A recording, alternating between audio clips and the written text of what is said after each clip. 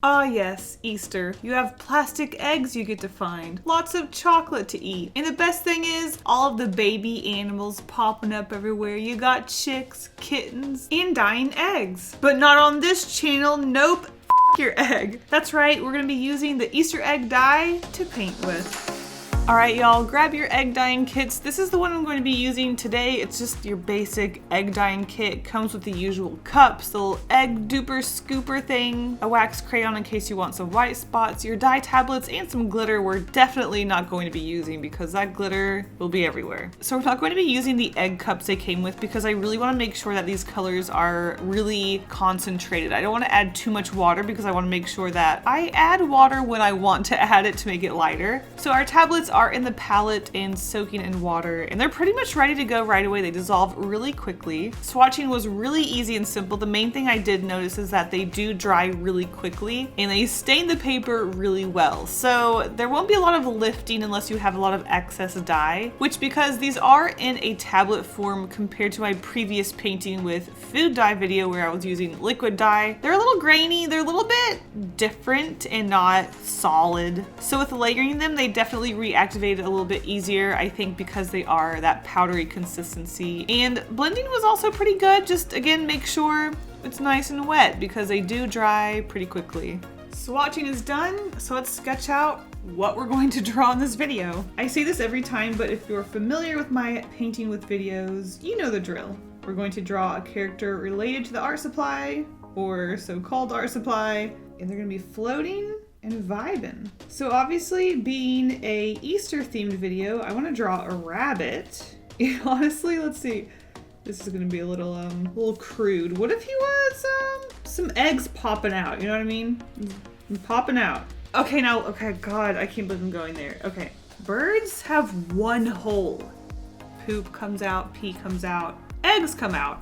Rabbits have two holes. Where does the egg come out? Maybe I shouldn't be thinking about this too hard. Let's just move on. Okay, maybe the eggs could be like swirling around the rabbit. We could decorate the eggs. It would be nice and colorful and fun. Then we have our circle behind our rabbit, and then we put the dye and try to blow it around. I mean, this looks really fun, but I almost feel like we have to have a more humanoid character. We could do someone dressed up in an Easter costume. Let's see. Wait, what is this? Oh no. Kasey, are they gonna wear clothes? Why did I make that egg so lumpy? What was I thinking? I don't know. It's like a bunny wearing a bunny outfit or something. Kind of looks like Hatch, but it's got a bunny tail. I like this weird, like, is it a person? Is it a human? I could make them all patchworky. That might be kind of fun. I really like the concept of the bunny laying the eggs though. Maybe we can combine our weird humanoid creature with the bunny head laying eggs. Okay, what if I drew them from the back? Oh no, this looks wrong already. Oh no, what have I done?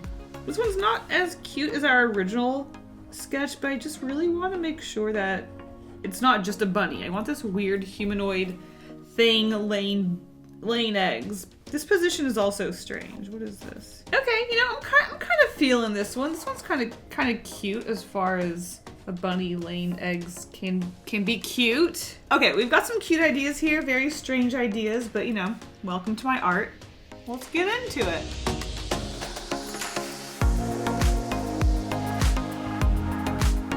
I know. I said I was going to combine the second and third sketch into this sort of hybrid bunny costume situation, but I kind of just really got into that third sketch. I really liked it. It was funny. The pose was silly. The character does look a little too similar to my original character, Hatch. I'll be honest. The proportions, the face, it's very Hatch-like. And as tempted as I was to paint this character blue, that was just going to be the final nail in the coffin. So we're definitely going with a purple bunny, which meant I had to mix two of these colors, the pink and the blue. I was a little worried about mixing a very light pink color with that blue because I knew that blue was going to be very overpowering. And we only have so much pink, and I blew through quite a bit of that pink when mixing the purple. So I was already worried we were going to run out of pink immediately, but I did sort of plan around that and make sure that I didn't need too much pink in this illustration because the bunny is going to be all purple, and I had only planned on painting a few eggs pink. It was good.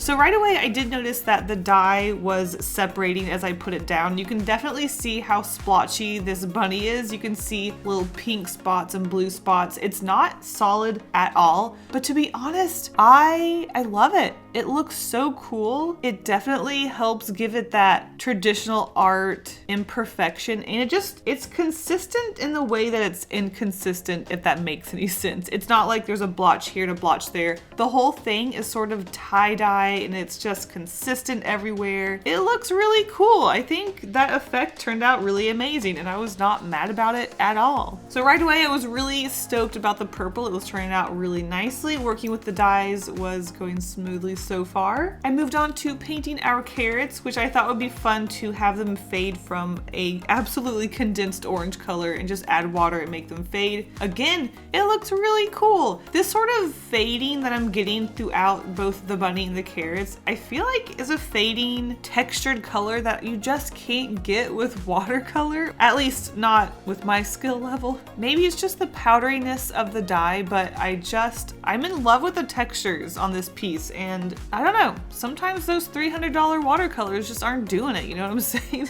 Just like in the previous food dye color, this was feeling a lot like using watercolor, but maybe like a cheaper watercolor where it dyes really quickly. It's just a little bit harder to use in the sense that it doesn't blend as well, it's not as easy to control, etc, etc. One thing I did have to do was use a brush that was a lot bigger than I wanted to use because I just felt like with how quickly the dye dried, I felt like if I didn't have a brush that held a lot of moisture, I was going to have to constantly be dipping and trying to add water to the illustration as I worked on it, and that was going to cause it to dry a lot faster. So to paint the bulk of the illustration, I used a brush that was a lot bigger, which made it a lot scarier to get smaller details and control the water slash dye. But we pushed through. I don't think it turned out too bad. I just really had to get in there and hold it awkwardly. I know my life is so hard, isn't it? So when it came to painting the eggs, I thought it would be really cute to have the swirling eggs around the bunny be in rainbow order. So our bunny is purple, and as the eggs come out of its butt, it goes from blue to green, then we go from green to yellow, and I didn't do orange eggs because I did put some carrots in there. I just felt like the illustration needed just a few more items that weren't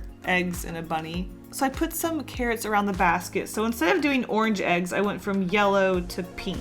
I do end up putting orange spots on the yellow eggs later, so that sort of helps make them gradient together from the pink to the yellow. I was really tempted to just throw all the eggs into the illustration, just different colors all over the place, but I really like the vibe of them changing colors as they go around the bunny. It's not super obvious because it is just small little circles of color here and there. It's not, a solid gradient of color, but I think if you look at it, you can kind of see what I was going for. I also have to admit, when I was coloring the eggs and putting stripes on them and spots, it just made me think, what am I doing? I actually want to decorate eggs at this point, yet here I am. What am I doing? I'm sitting here painting these 2D eggs like a sucker. I could be painting and decorating actual Easter eggs. And then I have flashbacks to when I actually decorate Easter eggs. I actually have a video from last year when my husband and I decorated Easter eggs together. It's stressful, y'all. Decorating Easter eggs is not easy. In theory, it's a really fun, cute idea. Take these bright dyes, paint them. It's a 3D object. It's fun. It's cute. You get the whole family involved, but it's so stressful. You're dipping your egg, you're dropping it, things are going everywhere, you're spilling liquids, dye is staining surfaces and your fingers. It wasn't quite dry. Now it's leaking. It's hard to work with dye. Why isn't this working? Oh gosh, I dropped the egg. Ugh.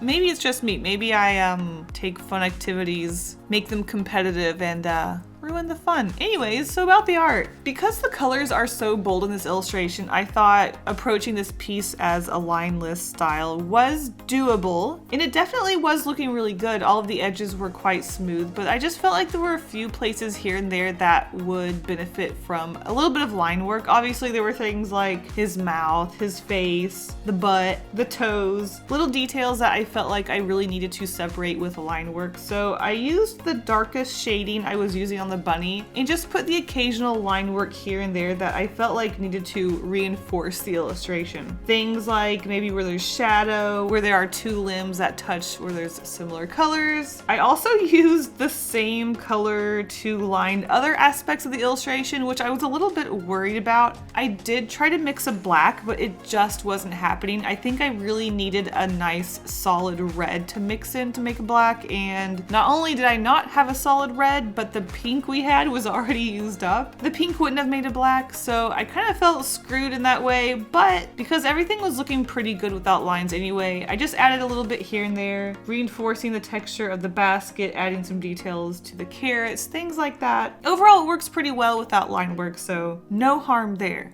Speaking of harm, moving on to our little burst of color behind our character. This is something I always do with the Painting With series, but usually when I put a ring of liquid around the character, I use a hairdryer to blow it. But I think this, I don't know if it was the powder, but it was just kind of thick and it did not want to move with the air. So I fake put our little lines going out. I know I cheated and I got karma for that. Another tradition with these illustrations is splattering the medium on the art piece and just making it really fun and colorful. The first splat I put down just went right on the bunny's head. Tragic, absolutely tragic. I mean, on one hand, I always embrace traditional art and the fact that nothing's perfect and these things happen, but man, right on his face right away. So sad. Anyway, I was definitely a little bit more careful with the rest of the splatters. And that's it. That is our Easter egg die painting done. Look at him go. He's laying eggs.